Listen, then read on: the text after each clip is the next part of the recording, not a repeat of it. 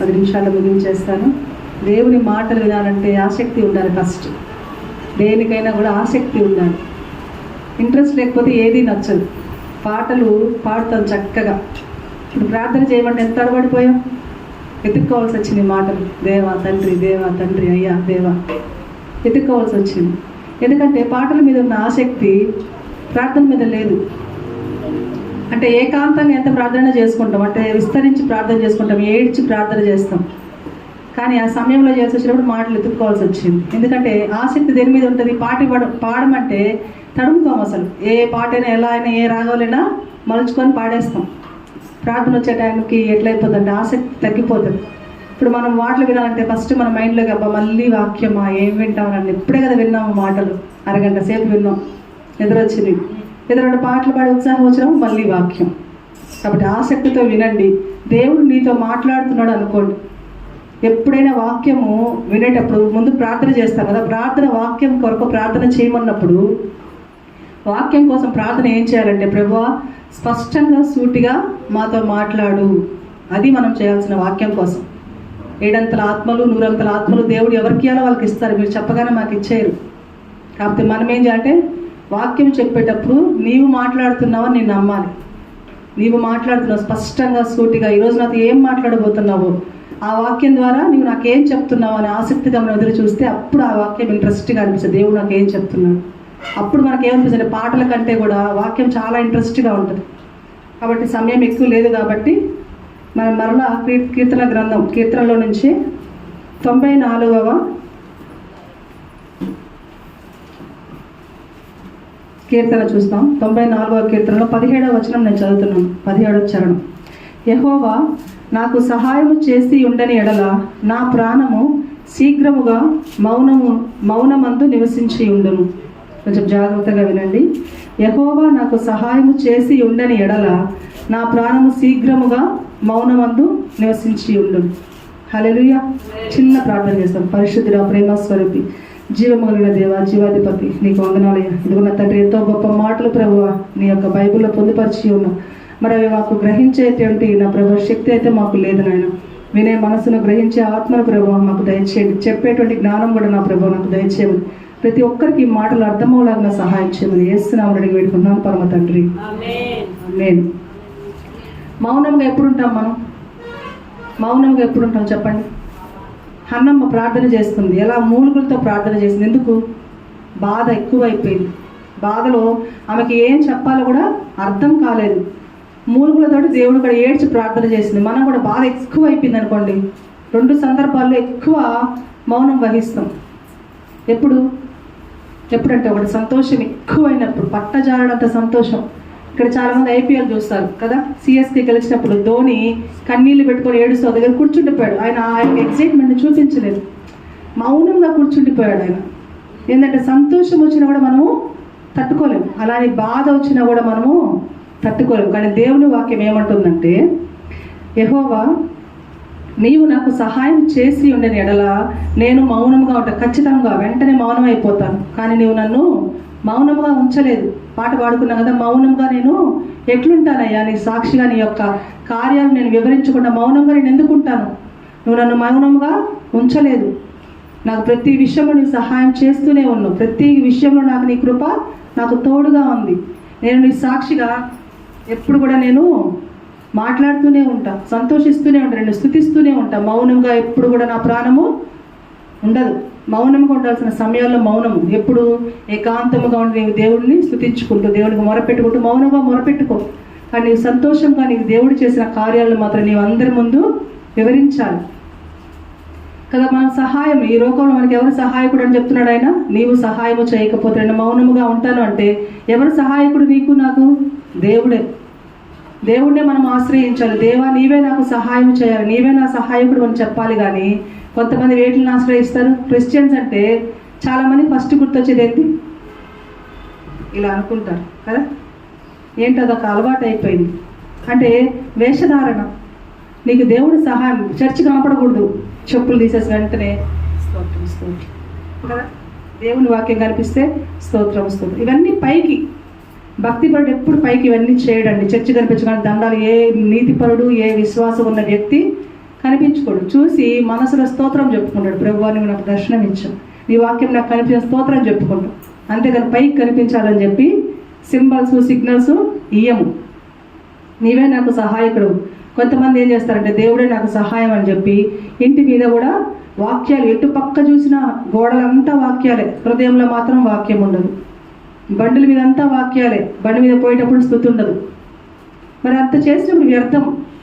ఈ లోకంలో నిన్ను గోడల పైన అంటించే వాక్యాలు నీకు సహాయం చేయవు. బండి మీద రాసుకున్న రాతలు నీకు సహాయం చేయవు. నువ్వు నడుస్తున్నప్పుడు, నిలుచున్నప్పుడు, కూర్చున్నప్పుడు, పడుకున్నప్పుడు, లేచినప్పుడు ఏం చేయమన్నాడు? వాక్యాన్ని హృదయంలో ధ్యానించమన్నాడు. ఆ వాక్యమే నీ పాదములకు దీపం అని చెప్పాడు. అంతేగాని ఎవరో వచ్చి మనకు సహాయం చేయరు. దేన్నో చూసామనుకోండి, కొంతమంది ఏం చేస్తారంటే బైబుల్ తీస్తారు, పొద్దున్నే ప్రార్థన చేసి బైబుల్ తీసి ఒక వాక్యం చదువుతారు. మంచిది వస్తే ప్రభువానికి స్తోత్రం, చెడు వచ్చినాక ఏం చేస్తాం? మళ్ళీ మూసేసి మళ్ళీ ఇంకా ఇది కరెక్ట్ కాదు ప్రభా, ఇంకొకసారి ప్రభా ఈసారి కరెక్ట్గా నాకు వాక్యం ఇవ్వని మళ్ళీ ఓపెన్ చేస్తాం. ఏంటంటే మనకు మంచిగా రావాలి, చెడ్డదొస్తే మనకు నచ్చదు. ఈ లోకంలో సహాయము ఇవన్నీ వ్యర్థం. ఇవన్నీ మనకేమనుకుంటారు? నామకార్థం. ఇంకా కొంతమంది అయితే శకునాలు చూస్తారు, ఎదురొస్తే వెళ్ళరు. దేవుడు కనికరించకపోతే, దేవుడు కృప చూపకపోతే నీ జీవితంలో ఏదీ జరగదు. హల్లెలూయా. ఒక్క తెల్ల వెంట్రుకని నల్లంగా చేసుకోలేము మనకెందుకంటే ఇన్ని ఆర్భాటాలు కదా. మన జీవితంలో ఇది జరగాలి అని దేవుడి చిత్తం లేకపోతే నువ్వు ఎంత ప్రయత్నం చేసినా అది వ్యర్థం. కాకపోతే మన సంతృప్తి కోసం ఈరోజు వాక్యం వచ్చింది కదా. ప్రతిదినం వాక్యం చదువుకున్నావు, చనిపోరా? ఈరోజు వాక్యం నీవు దీర్ఘాయుష్మంతుడు ఉన్నట్లు నేను దీవిస్తానని ఈ సంవత్సరం వాగ్దానం వచ్చింది అనుకుందాం. ఆ రోజు వాక్యం చదివాము. ప్రతిరోజు ఆయన అదే వాక్యం చదువుతున్నాడు. ప్రతిరోజు అట్లాంటి దీర్ఘాయుష్మంతుడుగా ఉంటాడు ఆయన. నీ బలము యవ్వనస్తుని వల్ల అవుతుంది అని చెప్పి వాక్యం వచ్చింది అనుకోండి, ప్రతిరోజు అదే చదువుతాడు అనుకోండి, ఆయనకు రోగం రాదా? నమ్మకం అంతే. ఈ లోకంలో మనం నడిపించేది నమ్మకమే. రేపటి రోజున మనం లేస్తాము, రేపటి రోజున మనం చూస్తాము అనే నమ్మకం ఉంది కాబట్టి ఈరోజు మనము పరిగిస్తున్నాం. ఆ నమ్మకం నీకు లేదనుకోండి, మనం ఏం చేయలేం. నమ్మకమే మనల్ని బతికిస్తుంది, కానీ ఆ నమ్మకమే జీవితం కాదు. ఆ నమ్మకము ఎంతవరకు అంటే నువ్వు ఆ పని చేసేంత వరకే. టైటానిక్ షిప్ మునిగిపోయింది, అందరికీ తెలిసింది 1912లో. కానీ దగ్గర 2200 మందితో ప్రయాణించిన టైటానిక్ షిప్ అట్లాంటిక్ ఓషన్లో మునిగిపోయిందని అందరికీ తెలిసింది. ఆ టైటానిక్ షిప్ చూడడానికి టైటాన్ అనేటువంటి పేరుతో ఇంకొక షిప్లో ఒక 5 ప్రపంచంలోని ధనవంతులు బయలుదేరి వెళ్ళారు చూడడానికి. అక్కడ ఆక్సిజన్ అందక వాళ్ళు చనిపోయారు. వాటిల్ని అమెరికాలో ఒక ప్లేస్, ఒక స్టేట్ ఉంది, నేను రాసుకున్నాను ఆ స్టేట్ పేరు కూడా. అమెరికాలో ఒక స్టేట్ ఉంది, మిజోరీ అనే స్టేట్. ఆ స్టేట్లో ఆ యొక్క టైటానిక్ సంబంధించినటువంటి వస్తువులన్నీ పొందుపరిచారట. చాలా పెద్ద మ్యూజియం అది. అక్కడ లోపలికి వెళ్ళేటప్పుడు ఎంట్రన్స్లో ఒక్కొక్కరికి ఒక్కొక్క టికెట్ ఇస్తారు. ఆ టికెట్ మీద ఒక్కొక్క పేరు ఉంటుంది. అంటే ఆ లోపలికి వెళ్ళేటప్పుడు ఇప్పుడు నేను అనుకోండి, అందులో నాకు రోజ్ అని పేరు వచ్చింది. నేను లోపలికి వెళ్ళేటప్పుడు నేను ఎవరినప్పుడు? నేను రోజ్ని, కీర్తిని కాదన్నమాట. రోజుగా నేను లోపలికి వెళ్తాను. కానీ ఈ పాపకి ఇంకొక పేరు, ఈ బాబుకి ఇంకొక పేరు, నీకొక పేరు, టికెట్ వెనక ఒక్కొక్క పేరు ఉంటుంది. అందరం వెళ్తాం, ప్రతిదీ చూస్తాం. టైటానిక్ షిప్లోకి ఎంటర్ అయినట్టుగా వెళ్తాం అందరం, అన్నీ చూసేస్తాం. ఆఖరి లాస్ట్లో ఒక రూమ్ ఉంటుందంట. ఆ రూమ్లో ఏంటంటే లూజ్, తర్వాత సేవ్డ్. అంటే ఈ సేవ్డ్ కింద కొన్ని పేర్లు ఉన్నాయి, ఈ లూజ్ కింద కొన్ని పేర్లు ఉన్నాయి. ఇప్పుడు నేనేమనుకోవాలా? నా పేరు ఆడికి వెళ్ళిన తర్వాత నేను లాస్లో ఉన్నానా లేకపోతే సేవుడ్లో ఉన్నానా? సేవుడ్లో నా పేరు వచ్చిందంటే సంతోషం మనకి. అమ్మాయి నేను ఈ టైటానిక్ షిప్లో నుంచి సేవించబడ్డాను, రక్షింపబడ్డాను. ఒకవేళ లాస్ట్ అంటే ఈ టైటానిక్ షిప్లో నేను మునిగిపోయాను. ఇది ఒక జస్ట్ ఒక గేమ్ లాగా పెట్టారు. కానీ కొంతమంది ఎట్లా తీసుకోవాలంటే దాన్ని విశ్వాసంగా మార్చేసుకుంటారు.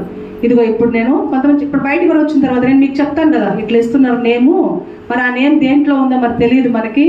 ఆ నేమ్ ప్రకారం మన సేవ్డ్ లాస్ట్ వస్తున్నారు అని చెప్పినప్పుడు మనకు ఒక రకమైన బాధ వచ్చేస్తుంది. సేవుల్లో ఉన్నాం అనుకోండి, అమ్మ నేను రక్షింపబడ్డాను, ఆ పేపర్ నేను రక్షించేది. ఒక లాస్ట్ వచ్చింది, మునిగిపోయామని వచ్చింది, అదొక గేమ్. నేను రక్షించేవాడెవడు? నీ సహాయకుడు ఎవడు? ఈ లోపల అలానే సిలువలు వేసుకొని బైబిల్ పక్కన పెట్టుకొని పడతారు చాలా మందికి ఉన్న అలవాటు ఇదే. ఫస్ట్ నేను అలానే పెట్టుకున్నాను, కానీ తర్వాత తెలిసింది బైబిల్లో దేవుడు ఒక్కడే ఉన్నాడు, అపవాది లేడా?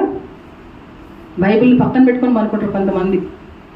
చదువుకునే వాళ్ళు ఏం చేస్తారంటే ఆ పుస్తకాన్ని కింద పెట్టుకుంటారు. అదొక మిత్తు, అదొక అపోహ. ఆ చదువులో ఆ పుస్తకాలు బుర్రలోకి ఎక్కేయాలని. అట్లా దేవుడు అంటే కొన్ని ఈ లోకలు ఇది నాకు సహాయము, ఇదే నన్ను రక్షిస్తుంది, బయట మీద వాక్యం రాసుకున్న వాళ్ళు ఎవరికి యాక్సిడెంట్స్ అవ్వవు. కాబట్టి ఈ లోకంలో దేవుడు సహాయకుడు అని మాత్రమే మనం విశ్వసించాలి. అంతేగాని వాటిని ఇదే నాకు సహాయము, దేవుడు వాక్యమే నాకు సహాయం. వాక్యం ఎక్కడ ఉండాలి? నీ హృదయంలో ఉండాలి, ఇంటి గోడల పైన కాదు. నీవు సహాయం నీకు చేయకపోతే నేను మౌనంగా ఉంటాను. కానీ నేను ఇప్పుడు మౌనంగా ఉండలేదు, ఎందుకంటే నీవు నాకు సహాయం చేస్తున్నావు. ఈరోజు సజీవురాలుగా నేను బతుకున్నామంటే అది దేవుని యొక్క కృపే. హల్లెలూయా. కాబట్టి మనము దేవుడు మనకి ఎన్ని విధాలుగా సహాయం చేస్తాడు, ఏ విధంగా సహాయం చేస్తాడని ఈ 94వ కీర్తనలోనే త్వరగా 2 మాటలు చెప్పి మనము ముగించుకున్నాం. 94లో 14 ఒక మాట, యెహోవా తన ప్రజలను ఎడబాయువాడు కాడు, తన స్వాస్థ్యమును విడనాడువాడు కాడు. దేవుడు ఎప్పుడు కూడా తన ప్రజల్ని విడిచిపెట్టేవాడు కాడు. సహాయకుడు అన్నప్పుడు, నువ్వు నన్ను అర్థించినప్పుడు, నీవు నా శరణు వచ్చినప్పుడు నిన్ను అన్ని విధాలుగా రక్షించాలని నేను ఆలోచిస్తాను. ఎందుకంటే నన్ను నమ్మి వచ్చింది కదా. భర్త బాధ్యత ఏంటి? భార్యని సంరక్షించాలి. తల్లి బాధ్యత ఏంది? బిడ్డల్ని పోషించాలి. కాపరి బాధ్యత ఏంది? సంఘాన్ని సంరక్షించుకోవాలి. ఎందుకంటే మనం ఒకరిని నమ్మినప్పుడు వాళ్ళ కోసం మనము ఎంత దూరమైన ప్రయాణం చేయాలి, వాళ్ళకి ఏం కాకుండా మనము చూసుకోవాలి, సమృద్ధిని వాళ్ళకి మనం ఇవ్వాలి. దేవుడు నిన్ను నన్ను సృష్టించాడు, తన రక్తంతో కొన్నాడు. మరి నీ కొరకు నా కొరకు ఎంత ఆలోచిస్తాడు? అందుకే అంటున్నాడు, తన ప్రజలను ఎడబాసేవాడు కాదు, ఆయన విడిచిపెట్టేవాడు కాదు. ఆయన ఎప్పుడు తన స్వాస్థ్యము అంటే ఎవరు? మన సొంతం, మన రక్తము, లేకపోతే మనకు సంబంధించిందో మనకు సంబంధించింది. నీ స్వాస్థ్యం అంటే నా కొడుకు నాకేమవుతాడు? వాడు నా సొంతం. నా తర్వాత నా యొక్క ఇంటికి వాడు యజమాని. అంటే వాడు నేను ఎట్లా చూసుకుంటాను? అలాగే మనం అందరం కూడా ఆయన స్వాస్థ్యం. అందరికీ తెలుసు, తాబేళ్ళు ఉన్నాయి కదా, తాబేళ్ళు గుడ్లు ఎట్లా పెడతాయి తెలుసా? అందరికీ ఆల్మోస్ట్ అందరికీ తెలిసే ఉంటుంది. తాబేళ్ళు ఎట్లా పెడతాయంటే ఒడ్డుకొచ్చి గుంటలు తవ్వి గుడ్లు అక్కడ పెట్టి మళ్ళీ అక్కడ సదర పెట్టేస్తుంది. గుంట పెట్టినట్టుగా పూడ్చిపెట్టినట్టు కనిపించకుండా నీటి పెట్టేస్తుంది. ఇంకొంచెం ముందుకెళ్తుందంట మళ్ళీ సెకండ్ టైం. ఇక్కడ గుడ్లన్నీ పెట్టేసి ఇంకొంచెం ముందుకెళ్ళి అక్కడ తవ్వి బాగా లోతుగా తవ్వి అక్కడ ఊరికెట్ట మట్టిని పైకి ఎక్కువ పూడ్చిపెడుతుంది చల్లా చెదురుగా. అంటే మనం చూసినప్పుడు ఏమనుకుంటామంటే, ఓహో ఇక్కడ కాదు పూడ్చిపెట్టుండేది, అది అక్కడ కనిపిస్తుంది, అక్కడ పూడ్చిపెట్టుంది అని చెప్పేసి అనుకుంటాం అనమాట. ఎందుకు అట్లా చేస్తుందంటే, నక్కలు వచ్చి ఆ గుడ్డుల్ని తినేయకుండా జాగ్రత్త పడుతుందండి. హల్లెలూయా. మీకు అర్థమైందా?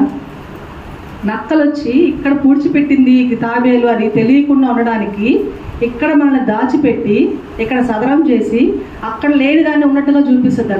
దానికి ఆ జ్ఞానం ఎక్కడి నుంచి వచ్చింది? చదువుకోలేదు, మాట్లాడలేదు, మనుషులతో తిరగదు, అంత జ్ఞానం ఎవరిచ్చారు దానికి? మరి ఒక తాబేలు దాని గుడ్ల కోసమే అది అంత కష్టపడి అంత మార్గాలు ఎత్తుకుతే, మరి నిన్ను నన్ను రక్తం పెట్టుకున్న దేవుడు, మన స్వాస్థ్యం అంటున్న దేవుడు నిన్ను నన్ను రక్షించడానికి ఆయనకి ఎన్ని ప్లాన్స్ ఉంటాయి? హల్లెలూయా. ఎన్ని ప్లాన్స్ ఉంటాయి? అప్పుడు మనకు డౌట్ రావచ్చు, మరి జరుగుతున్నవన్నీ అంటే మన మణిపూర్లో జరిగింది. క్రైస్తవుల్ని హింసించి చంపేశారు. ప్రవీణ్ పగడాల గారు ఆయన కూడా యాక్సిడెంట్ చేసి చంపేశారు. మరి అప్పుడు దేవుడు ఎందుకు గమ్ముగా ఉన్నాడు అంటే, మొన్న శుక్రవారం వచ్చిన వాళ్ళకి అర్థమవుతుంది. మనకు ఒక స్థితి కలగజేసినప్పుడు వారికి మాదిరికరంగా మనల్ని మార్చడానికి. హల్లెలూయా. నీ ఒక్కదాని వల్ల, లేకపోతే నీ ఒక్కడి వల్ల కొంతమంది మారాలి, కొంతమంది ప్రజలకి మనసు పొందాలి. నీ ఒక్కడు కష్టపడడం కంటే 10 మంది కష్టపడడం మేలంటావా? నీ ఒక్కడు బాధపడడం కంటే 100 మంది బాధపడడం మేలంటారా? ఒక్కడు బాధపడడమే మేలు కదా. కానీ ఆ ఒక్కడిని చూసి ఎంతమంది ధైర్యం తెచ్చుకుంటారు? ఆయన సువార్త ఆపాలని, ప్రవీణ్ పెగడాల గారి సువార్త ఆపాలని ప్రయత్నించి ఆయన చంపేశారు. ఆయన బ్రతికున్నప్పటి కంటే చనిపోయిన తర్వాత సువార్త ఇంకా విస్తారం అయిపోయింది. హల్లెలూయా. ఆయన యొక్క మాటలు అప్పటి వరకు మనకు తెలియదు, కానీ చనిపోయిన తర్వాత ఆ యొక్క మాటలు విస్తారం అయిపోయింది, సువార్త ఇంకా ప్రబలించింది. మణిపూర్లో ఆ యొక్క విషాదం జరిగిన తర్వాత అందరూ క్రైస్తవులు అందరూ ఏకమయ్యారు.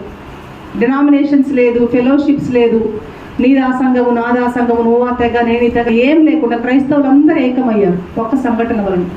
నీ జీవితంలో నా జీవితంలో దేవుడు అనుమతించాడు అంటే దానివల్ల అనేకులకి మార్పు కలగాలి, అనేకులకి మాదిరిగా మనం జీవించాలి. నీవు దేహాన్ని చంపే వాళ్ళకి మనము భయపడుతున్నాం, కానీ మనం భయపడాల్సింది ఎవరిని? ఆత్మని రక్షించేవాడికి. హల్లెలూయా. దేహం ఎప్పటికైనా వెళ్ళిపోవాల్సిందేనండి, ఈ దేహం ఎప్పటికైనా వదిలేసి వెళ్ళిపోవాల్సిందే. కానీ నీ ఆత్మని విడిచిపెట్టేవాడు కాదు ఆయన. నీ ఆత్మని ఎడబాసేవాడు కాడు ఆయన. నీవు ఆయనకి భయపడాలి. ఆయన దేంట్లో సహాయం చేస్తాడంటే నీ ఆత్మని రక్షించడంలో సహాయం చేస్తాడు, నీ దేహాన్ని రక్షించడంలో సహాయం చేస్తాడు. ఎప్పుడు? నీవు ఆయన ఆశ్రయించినప్పుడు, ఆయన సహాయం కోరినప్పుడు. మరి రెండోదిగా మనం చూసినట్లయితే ఇక్కడ 6వ వచనం మాట దీనికి సంబంధించి రాసుంటుంది. యెహోవా, వారు నీ ప్రజలను నలుగుగొట్టుచున్నారు, నీ స్వాస్థ్యమును బాధించుచున్నారు. ఇదే ఇప్పుడు చెప్పుకున్నదే. ఎంతగానో బాధలు వస్తాయి, ఎంతగానో శ్రమలు వస్తాయి. కానీ నిరీక్షణ ఏంటంటే ఈ లోకంలో మనం కళ్ళు మూస్తే ఆ లోకంలో తెలుస్తాం. ఈ లోకంలో మహా అయితే ఎంతకాలం బతుకుతామండి? ఎంతకాలం? 60 లేక 70. ఆయన కోట శ్రీనివాసరావు గారు చనిపోయారంట. ఆయన ఎన్ని సినిమాలు చేస్తుంటాడు కదా, ఆయనకి ఎంత డబ్బు ఉంటుంటుంది. ఆయన మరి ఆ యొక్క జీవితాన్ని కాపాడుకోవచ్చు కదా, ఆ యొక్క డబ్బు పెట్టి ఆయన యొక్క జీవితాన్ని కొనసాగించవచ్చు కదా. ఆఖరి దినాల్లో చాలా దుర్బలంగా జీవించాడు ఆయన. ఈరోజు చనిపోయాడు. అంటే విసిగి విసిగి విసిగి విసిగి వేసారి పడి పడి పడి బాధ ఈ రోజు చనిపోయాడు. అంటే ఎప్పటికైనా చనిపోవాల్సిన వారమే మనం. కానీ ఈ లోకంలో ఈ యొక్క దేహాన్ని బాధ పెట్టగలరు, ఈ యొక్క దేహాన్ని చంపగలరు, కానీ ఆత్మని ఎవరు బాధించలేరు, ఆత్మని ఎవరు చంపలేరు. ఆ ఆత్మని బాధించే వాడిని, ఆ ఆత్మని చంపగలిగే వాడిని మనం భయపడాలి.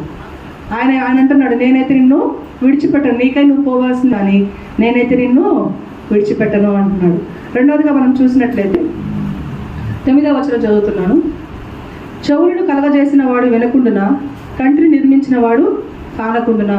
మరి దేవుడు ఇంకొక విధంగా ఎట్లా సహాయం చేస్తాడంటే, నీ యొక్క ప్రార్థనలు ఆయన వినకుండా లేడు, నీ యొక్క సమస్యలని, నీ యొక్క శ్రమల్ని ఆయన చూడకుండా లేడు. మనం అనుకుంటాం కదా, మరి అయితే ఇన్ని బాధలు నాకు ఎందుకు వస్తున్నాయి? అడుగుడి నీకు ఇవ్వబడును. మత్తయి 7:7 ఏం చెప్పాడు? అడుగుడి మీకు ఇవ్వబడును. మనం అడగం. మనం ఏం చేస్తాం చెప్పండి? డైలాగ్ ఒకటి వేస్తాం. ఏం డైలాగ్ వేస్తాం? నాకేం కావాలో నా దేవుడికి తెలియదా? కానీ ప్రెసిడెంట్ మనం రీచ్ అవ్వాలి. ప్రెసిడెంట్నే కదండి, ఒక ప్రిన్సిపాల్ని మనం కలవాలి. డైరెక్ట్గా నేరుగా వెళ్ళిపోదాం ప్రిన్సిపాల్ దగ్గరికి? వెళ్ళం. ముందు వాచ్మెన్ని కలవాలి, తర్వాత రిసెప్షన్లో కలవాలి, తర్వాత ఆ యొక్క సెగ్మెంట్ వైస్ ప్రిన్సిపాల్నో లేకపోతే ఇన్ఛార్జ్లో కలవాలి, ఆ తర్వాత ఆ సెగ్మెంట్ పై ఉన్న వాళ్ళని కలవాలి, ఆ తర్వాత ప్రిన్సిపాల్ని కలవాలి. అప్పుడు ప్రిన్సిపాల్ కాడికి వెళ్తే నీకేం కావాలో అది చేస్తాడు. అంతేగాని నాకేం కావాలో ప్రిన్సిపాల్ తెలియదా? నా పిల్లలు ఇక్కడ చదువుతున్నారు కదా, నేను ఎందుకు వచ్చాను ఆయన తెలియదా అంటే తెలుసు ఆయనకి ఎందుకు వచ్చావు. కానీ ప్రోటోకాల్ ఒకటి ఉంటుంది. దేవుడు నీకు నాకు ఒక ప్రోటోకాల్ ఇచ్చాడు, దాన్ని నువ్వు ఫాలో అవ్వాలి. ఏంటంటే ప్రార్థన చేయి, ప్రార్థన చేసి నీకేం కావాలో అడుగు, అప్పుడు నీకు ఇస్తాను అంటున్నాడు. అంతేగాని నాకు తెలీదా నాకేం కావాలో, నేను నీ శ్రమలు పడుతున్నాను చూడడం లేదా? కళ్ళు ఇచ్చింది ఎందుకు? చూడడానికే కదా. నీకు కళ్ళు ఇచ్చిన వాడు, నీకు చెవులు ఇచ్చిన వాడు ఆయన చూడలేడా? ఆయన కళ్ళు దృష్టి ఈ భూమి మీద అంతా ఏం చేస్తుంది? సంచారం చేస్తుంది. నువ్వు పడే బాధలు ఆయనకు తెలియవా? ఆయన ప్రణాళిక ఏంటంటే నువ్వు అడగడంలా, చెవులు ఇచ్చాను, నేను వినడానికి సిద్ధముగా ఉన్నాను, నువ్వే ప్రార్థన చేయడం లేదు. హల్లెలూయా. నువ్వే ప్రార్థన చేయడంలా, నువ్వే నా దగ్గరికి రావడం. నిన్ను చూడడానికి, నీ సమస్యలన్నీ చూస్తున్నాను, నువ్వు ఎప్పుడు నా దగ్గరికి వస్తావా నేను ఎదురు చూస్తున్నాను. నీకు సహాయం చేయడానికి నేను ఉన్నా, నిన్ను విడిచిపెట్టడానికి నేను లేను. నీకు సహాయం చేయడానికే, నీ సమస్యలు నువ్వు చెప్పినప్పుడు నేను వినడానికే ఇక్కడ ఉన్నాను, కానీ నువ్వే నా దగ్గర రావడం లేదు. ఆయన అట్లా అంటుంటే మనం ఏమంటాం? ఆయన నా సమస్య చూడడం లేదు, నా బాధ పట్టించుకోవట్లేదు, నేను ఇంత ఏడ్చి చేస్తున్నా. అంత ఏడ్చి చేస్తే కన్సిస్టెన్సీ ఉండాలి ఎప్పుడు కూడా. కన్సిస్టెన్సీ ఏంటంటే మనకి అడుగుడి మీకు ఇవ్వబడని ఇక్కడ రాసిందంట, కానీ హెబ్రూ బైబుల్ ఏం రాసిందంటే మీరు పొందినంత వరకు అడుగుడి. అంటే ఏంటి దాని మీనింగ్? మీరు ఏమైతే అడుగుతున్నారో అది మీకు దొరికే వరకు అడగాలంట. హల్లెలూయా. మీకు దొరికే వరకు, అంతేగాని అడిగి వదిలేయకండి. ఒక్కసారి అడిగి వదిలేస్తే మనం హన్నమ్మలాగా ఆయన ఇచ్చేట్లా మనకి ఈ రోజుల్లో. హన్నమ్మ చేసిన ప్రార్థనలు సరిపోవు, ఎస్తేర్ చేసిన ప్రార్థనలు సరిపోవు. ఇవన్నీ కలిపి చేయాలి మనం. ఒక్క రోజుకి, 2 రోజులకి, 3 రోజులకి కార్యాలు జరగవు, సంవత్సరాలు పట్టచ్చు. కానీ నువ్వు విడిచిపెట్టకుండా, ఆ యొక్క తెలుసు కదా, ఒక విధవరాలు ఆ యొక్క మనిషి దగ్గరికి రోజు వెళ్ళేదంట. ఎప్పుడు దాకా వెళ్ళండి? ఆయన ప్రాణం విసిగిపోయినంత వరకు. అంటే నువ్వు దేవుడిని అంత విసిగించాలి. ప్రభువా రోజు అడుగుతున్నాను కదా, నా మీద నీకు దయ పుట్టలేదు, ఇందాక విన్నాం, దయ పుట్టాలి. మనుషుల దయ కంటే కూడా దేవుని దయ నీకు పొందుకోవాలి. అప్పుడు దేవుడు నీకు మనుషుల దయని అందిస్తాడు. ముందు నువ్వు ఆయన దయ పొందుకోకుండా మనుషుల దయ పొందుకుంటే ఆ మనిషి కూడా వివరించాల్సింది ఎవరికి? ఆయనకే. నువ్వు అదే దేవునికే మొరపెట్టు, విసిగించు దేవుణ్ణి. నీ ప్రార్థనతో, నీ ఏడుపుతో, నీ యొక్క ఉపవాసంతో దేవుణ్ణి విసిగించు, దేవుణ్ణి వైపు తిప్పుకో. అప్పుడు నీ సమస్యలు బాగు కాకపోతే అప్పుడు దేవుడు అడగమంటున్నాడు. నీవు ప్రార్థన చేసి నీవు కన్నీరు విడిచి నీవు నన్ను అడుగు, నేను చేయకపోతే అప్పుడు అడుగు. అదే కదా చెప్తాడు, దశంభాగాన్ని నాకు ఇచ్చిన శోధించండి, నేను మీకు ఆ యొక్క ద్వారాలు తెరవకపోతే అడగండి. మనం ఇయ్యము, మనం శోధింపబడము. మనం శోధిస్తేనే కదా సువర్ణంగా మారేది బంగారం. మనకు శోధన వద్దు కదా, వేదన వద్దు, బాధ వద్దు, ఈ స్థితి చాలు. పౌలు అదే కదా చెప్పండి, నేనున్న స్థితిలోనే నన్ను సంతృప్తిగా ఉంచు, నాకు ఈ స్థితి చాలు ప్రభు, ఉన్నత స్థితి నాకు అవసరం లేదని మనము అలాగనే ఉన్నాం. అందుకే మన జీవితాలు పైకి పోవడల, దేవుని దేవల్ల కిందకి పోలా. కానీ అడగండి దేవుణ్ణి, అడగండి. దేవుడిని అడిగితే ఖచ్చితంగా ఇస్తాడు. ఎప్పుడు దాకంటే పొందుకునేంత వరకు అడగాలి. హల్లెలూయా. కన్సిస్టెన్సీ అంటే అదే. అలాగే దాన్ని మనం వదలకుండా, విడిచిపెట్టకుండా మనం పొందుకునేంత వరకు అడగాలి. చెవిని నిర్మించిన వాడు సహాయం చేస్తాడు నువ్వు ప్రార్థించినప్పుడు. కళ్ళను నిర్మించిన వాడు నీ శ్రమలను చూస్తాడు ఎప్పుడు ఆయన దగ్గరికి నీవు వచ్చినప్పుడు. కాబట్టి నువ్వు మౌనంగా ఉండకూడదు. ఆయనకి సహాయం చేస్తాడు. ఎలాగా? నిన్ను విడిచిపెట్టడు, నిన్ను ఎడబాయడు. రెండవదిగా నీ యొక్క ప్రార్థనని వెనక మానడు, నీ యొక్క శ్రమలని చూడక మానడు. మూడవదిగా చూసి మనము ముగించుకుందాం. 19వ వచనం చదువుతున్నాను, 94వ అధ్యాయంలోనే, కీర్తనలోనే 19వ మాట చదువుతున్నాను. నా అంతరంగమందు విచారములు హెచ్చగా నీ గొప్ప ఆదరణ నా ప్రాణమునకు నెమ్మది కలుగజేయుచున్నది. హల్లెలూయా. ఏం చేస్తాడంటే మూడవ సహాయము, ఆదరణ ఇస్తున్నాడు ఆయనకి. అదే ఈ లోకంలో మనం జీవిస్తున్నాం కదండి. ఈ లోకంలో జీవిస్తున్నప్పుడు మనకి ఎన్నో శ్రమలు వస్తాయి, బాధలు వస్తాయి. మనుషులకి చెప్పుకోలేని బాధలు వచ్చినప్పుడు మన మనసు ఏం కోరుకుంటుంది చెప్పండి? ఎవరికి సమస్యలు, బాధలు రాలేదా? నీలో నువ్వు కృంగిపోయి ఏడ్చుకున్న సమయంలో మనకేం కావాలనిపిస్తుంది చెప్పండి? ఆదరణ ఇచ్చే మాటలు కదా, ఆదరణ ఇచ్చే మాటలు. ఇదిగో నేను నీకున్నానమ్మా, నీకేం కాదు, ఇదిగో ఈ సమస్య ఎంత మాత్రము అంటే దేవుడితో చెప్పుకున్న తర్వాత కూడా మన భారం తగ్గిపోతుంది. కానీ ఈ లోకంలో జీవిస్తున్నాం కాబట్టి మనిషికి మనము సహాయం చేయాలి. మనిషికి మనిషే తోడు కదా. నిన్ను వలె నీ పొరుగు వారిని ప్రేమించమన్నాడు దేవుడు. నీ పొరుగువాడు అంటే క్రైస్తవుడే కాదు, వాడు హిందూ అయినా కావచ్చు, ముస్లిం అయినా కావచ్చు. బాధలో ఉన్నప్పుడు వాడిని మనము మన మాటల చేత ఆదరించాలి. విచారములండి, ఎన్ని విచారములు వస్తాయి హృదయంలో. విచారం వచ్చినప్పుడు దాన్ని మనము అధిగమించలేము. ఆ బాధల గుండా వచ్చిన వాళ్ళకే అది అర్థమవుతుంది. ఆ విచారం మనకు కుంగదీసేస్తుంది. ఆ విచారం రేపటి దినాన్ని మనము చూస్తామా లేదా అన్నట్టుగా చేస్తుంది. అంతరంగమందు నాకు విచారములు హెచ్చినప్పుడు, అంటే నన్ను మించిపోయినప్పుడు, ప్రభువా నీ గొప్ప ఆదరణ నాకు నెమ్మది కలగజేసింది. హల్లెలూయా. ఎట్లా వస్తుంది గొప్ప ఆదరణ? దేవుడు నేరుగా వచ్చి మాట్లాడతాడా? వాక్యం ద్వారా మాట్లాడతాడు. కానీ అప్పుడు మనకు వాక్యం చదవడానికి కూడా కళ్ళు కనిపించవు. ఎందుకు? కళ్ళంతా నీళ్ళతో నిండిపోయి ఉంటాయి. వాక్యం చదవడానికి మనసు రాదు. ఏడుపు ఏడుపు ఏడుపు. అప్పుడు మనకి సంఘమే ఆదరించాలి. హల్లెలూయా. సహోదర ప్రేమ నీవు కలిగి ఉండాలి. నీ సహోదరుడు దిగులు బాధలో ఉన్నప్పుడు వాడిని నీవు ప్రేమించాలి, ఆదరించాలి నీ మాటల చేత. నీ గొప్ప ఆదరణ నాకు నెమ్మది కలుగజేస్తుందయ్యా. ఈ లోకంలో ఇంకా ఏవి కూడా చూడండి, చనిపోయే మనిషిని కూడా ఆ చనిపోయే స్థితిని, ఆ యొక్క చచ్చిపోవాలి అన్న ఆలోచన మార్చేది ఏంటంటే మాటలే. నువ్వు చచ్చిపోవాలి అనుకునేలా చేసేది కూడా మాటలు. ఇందాకే విన్నావు, హృదయాలను గాయపరిచే మాటలు ఉంటాయి కొంతమంది మాట్లాడితే. ఎట్లా గాయపరుస్తారంటే ఇంకా మనకి చనిపోవాలనిపిస్తుంది. అంటే వీళ్ళనే మనం నమ్ముకున్నామే, వీళ్ళే మనల్ని ఇంత అర్థం చేసుకోవట్లేదే అని మనకు చనిపోవాలనిపిస్తుంది. అటువంటి మాటలే చనిపోయే స్థితి నుంచి కూడా నిన్ను బయటకు తీసుకొస్తాయి. కాబట్టి విచారం కలిగినప్పుడు దేవుని మాటలు నీకు ఎంతో ఆదరణ ఇస్తాయి. దేవుని మాటలు, దేవుని నమ్ముకున్న వారు నీతో మాట్లాడినప్పుడు ఆ యొక్క మాటలు నీ యొక్క బాధని మర్చిపోయేలా చేస్తాయి. ఎందుకంటే వాళ్ళు అంత ప్రేమగా మాట్లాడతారు. వాళ్ళు మనల్ని ఆదరించే మాటలతో మనల్ని ఆదరిస్తారు. అప్పుడు మనం దేనికి భయపడం.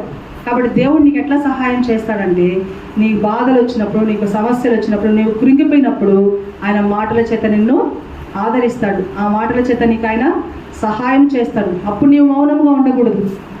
నీవు మౌనంగా ఉండకూడదు. ఆ బాధలో ఉన్న పక్కన వారిని నీవు గమనించుకోవాలి.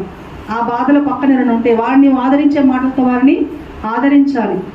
దేవుడు నీకు ఏ ప్రేమ అయితే చూపించాడో ఆ ప్రేమని నీవు వారికి చూపించాలి. అందుకే కదా ఆయన అంటాడు, ఏమంటే ప్రయాసపడి భారం మోచిన సమస్త జనములారా నా ఇద్దరికి రండి, మీ చింత యావత్తు నా మీద వేయండి, నేను మోస్తానంటే మనం అది మాత్రం చేయం. ఆ భారం అంతా మనమే మోస్తున్నాం. సర్వేలో తేలింది ఈ మధ్యనే రీసెంట్గా ఆడవాళ్ళ కంటే ఈ మధ్య ఎక్కువ హార్ట్ అటాక్స్ వస్తున్నాయి కదా. ఎక్కువ హార్ట్ అటాక్స్ ఎవరికి వస్తున్నాయి? పురుషులకే వస్తున్నాయంట. ఎందుకంటే స్త్రీలు ఎంత బాధ వచ్చిందనుకోండి 10 మంది 20 మంది 30 మంది చెప్పేస్తారు, ఒక్కరి దగ్గర చెప్పి ఆగరు. కనిపించిన అందరూ బాధ చెప్పుకుంటూ ఉంటారు, కానీ పురుషులు అట్లా చేయరంట. ఆ బాధని వాళ్ళు మోసి మోసి మోసి హృదయము బరువెక్కిపోయి ప్రెషరు టెన్షన్స్ అన్నీ వాళ్ళే తీసుకుంటున్నారంట. కాబట్టి మీ తమ్ముడు, మీ యొక్క అన్న, మీ యొక్క బ్రదర్, లేకపోతే మీ యొక్క భర్త, మీ యొక్క తండ్రి ఎవరైనా మీకు చెప్పుకోలేరు అన్నీ. మనమే వాళ్ళని ఆదరించాలి, మనమే వారితో ఆదరణ మాటలు మాట్లాడాలి. వాళ్ళు మనలాగా అందరికీ కనపడడం చెప్పరు, కనపడిన దగ్గరంతా ఏడవరు, వాళ్ళ హృదయంలోనే పెట్టుకుంటారు, పక్కన వాళ్ళకి చెప్పడానికి ఇష్టపడరు వాళ్ళు. అందుకని పురుషులకు ఎక్కువ హార్ట్ అటాక్స్ వస్తాయంట. మనకు అసలు హార్టే లేదనుకుంటాం మనం కదా, మనం అసలు హార్ట్లోకి ఏది ఉంచుకో, చెప్పేస్తాం అన్నీ, దేవుడికైనా చెప్పేస్తాం, పక్క మనిషికైనా చెప్పేస్తాం. కాబట్టి ఆదరణ కలిగించే మాటలు మనము వినాలి, అప్పుడే మన హృదయం తేలిక అవుతుంది. కాబట్టి దేవుడు నీకు ఎప్పుడు సహాయం చేస్తాడు. ఎలా సహాయం చేస్తాడంటే, మొదటిగా మనం చూసినట్లయితే నిన్ను విడిచిపెట్టాడు, నిన్ను ఎడబాయడు, ఈ రకంగా నీకు సహాయం చేస్తాడు. రెండవదిగా మనం చూసినట్లయితే నీ యొక్క ప్రార్థన వినడానికి ఆయన సిద్ధంగా ఉన్నాడు, నీ శ్రమలు చూస్తున్నాడు, నీవే ఆయన దగ్గరికి రావడం లేదు. మూడవదిగా మనం చూసినట్లయితే నీకు బాధ కలిగినప్పుడు, లేకపోతే నీకు విచారములు అధికమైనప్పుడు నిన్ను ఆదరించడానికి ఆయన సిద్ధంగా ఉన్నాడు, ఆదరిస్తున్నాడు కూడా. కాబట్టి ఇన్ని సహాయాలు మనం పొందుకుంటూ కూడా మనము ఈ లోకం వైపు చూడాల్సిన అవసరం లేదు. ఇందా వాక్యం విన్నా, ఇప్పుడు వాక్యం విన్నా, దాని అర్థం ఒకటే, మనకి దేవుడే సహాయకుడు, దేవుడే మనకి ఆశ్రయ దుర్గం, దేవుడే మనకి ఎత్తైన కోట. నీవు ఆయన శరణు వచ్చినప్పుడు నువ్వు దేనికి భయపడవలసిన అవసరం లేదు. ప్రభువు వాడు